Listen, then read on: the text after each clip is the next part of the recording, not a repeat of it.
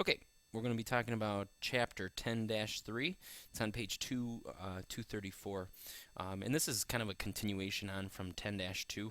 We're going to be learning about how to record other transactions in the cash payments journal. Remember that there are special amount columns provided for cash. Cash is already on there. You only need to record it once on each line. We always know that if we paid cash, it's going in this cash payments journal and it's going to be cash credited. Source document is a C for check. Again, I'm on page 234. So the first transaction is we're going to pay cash to replenish our petty cash fund. A lot of you missed this in the first cycle on how to do this and how to replenish the petty cash fund. Remember, petty cash is just, you almost have like an extra safe underneath the secretary's desk with a couple $100 in it. It can be used to pay for miscellaneous expenses, advertising expenses, lunch for the office, supplies for the office, etc. November 9th, we paid cash to replenish the petty cash fund, $205. Now that's $205 total. And that's where a lot of you messed up in the last cycle or last semester. 205 total. All right? And you see the little, I always forget what those are called, the colon. And that kind of that kind of tells you, hey, these accounts are going to add up to $205. So we have office supplies. We bought office supplies for $35. Could include anything from pencils, staplers, tape, office paper. Store supplies, $47. Store supplies could be anything related to you selling what you have in your store. It could be shelves, shelving units, things like that. We have advertising expense. Notice each of the classifications too. Asset, supplies are an asset. It's something we have. We have physically in our hands. It's worth something. An advertising expense is an expense. Miscellaneous expense could include a number of different things. And cash. You can see how these are affected. We're going to increase our expenses.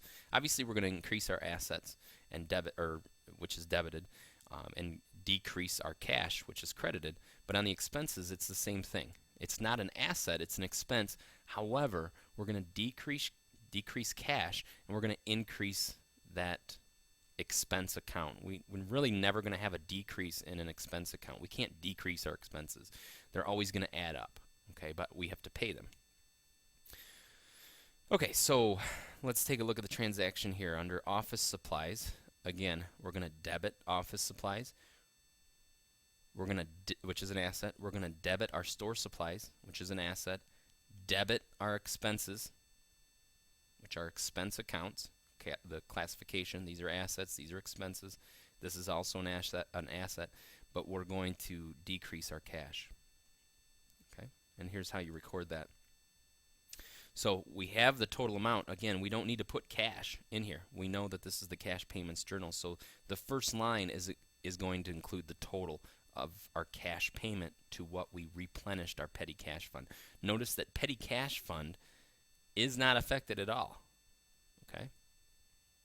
We're just taking cash out of our checking account, putting it back in that little drawer. It's usually just cash.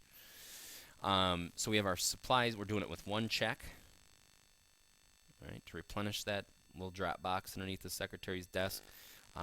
All of these accounts are debited. You see supplies office, supplies store, advertising, miscellaneous expense. All debited. We write the total of what we've credited in cash right here on the first line.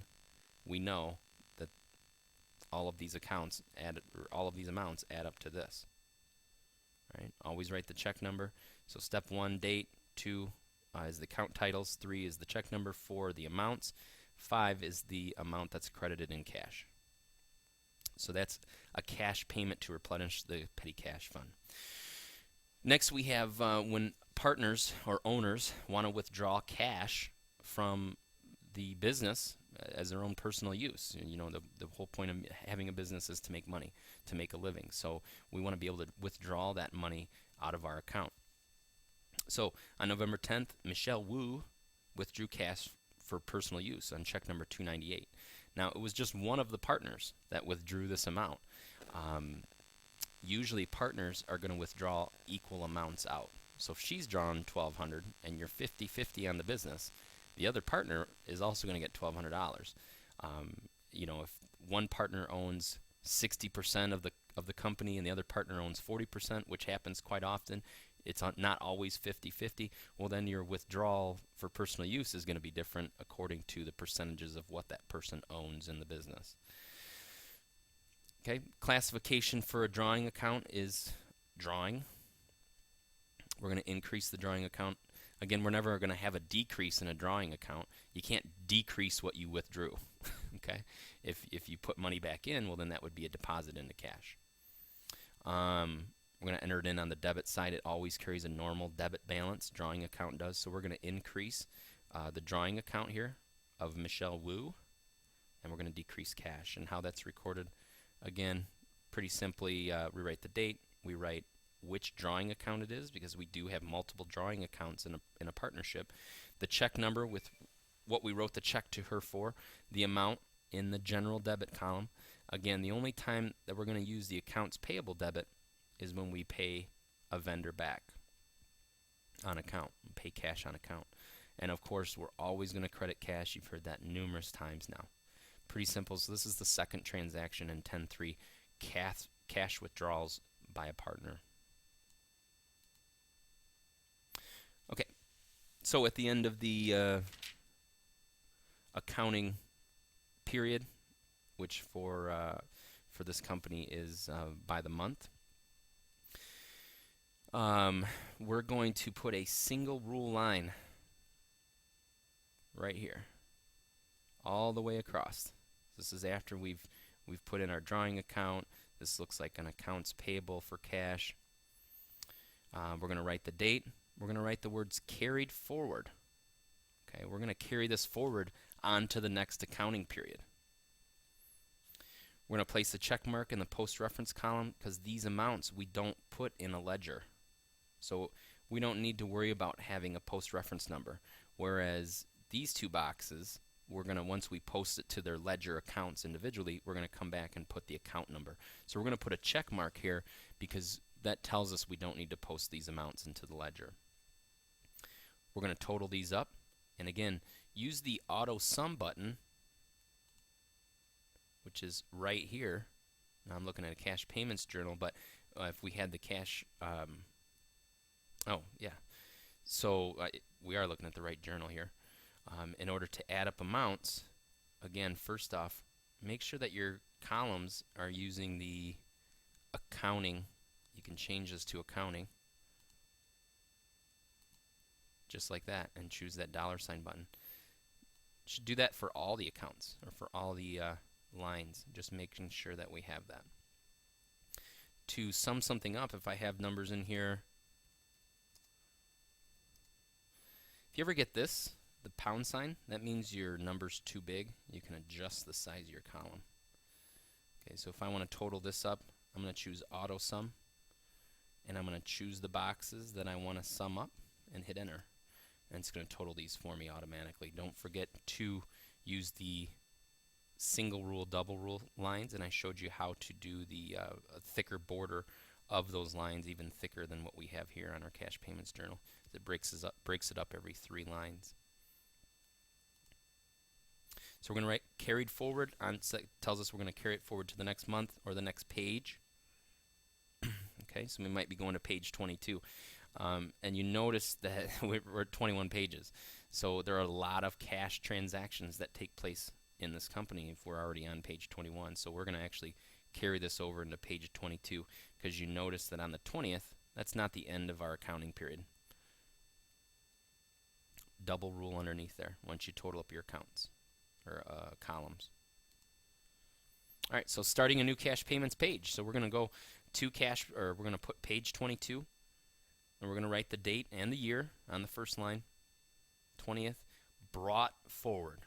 So when we start a new page, we're going to bring those totals from the previous page to the next. Again, we're going to put a check mark here in the post-reference column because we're not going to post these to a ledger, and that's what that tells us. We have our debit amount from right here. All of these amounts here from our carried forward or on the previous page is going to go on the first line of the next page, or page 22. Finally, once we've excuse me, once we've gotten to the end of the accounting period, we're going to do the same thing, but we're going to put totals. So you see we're at the 30th now, the end of the accounting period. We're going to put our totals here, and we're going to double and single rule this line, just like I showed you in Microsoft Excel. Here is, I know this is a little small, but you might be able to zoom in on your computer if you use the control key and use the scroll mouse button. You'll be able to scroll in and out to see this a little bit better. But you see all the check numbers here. This was from 10-2 right here. So you should be up to $85 in our utilities expense. Then on the 19th on the work together, which by the way is on page 239.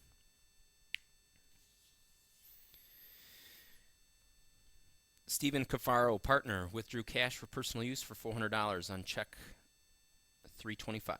So we're going to write the account number, the drawing account, check number 325, debit, and then cash credit. We bought supplies, office supplies with cash, check number 326 on the 25th. I'm sorry, this is a payment.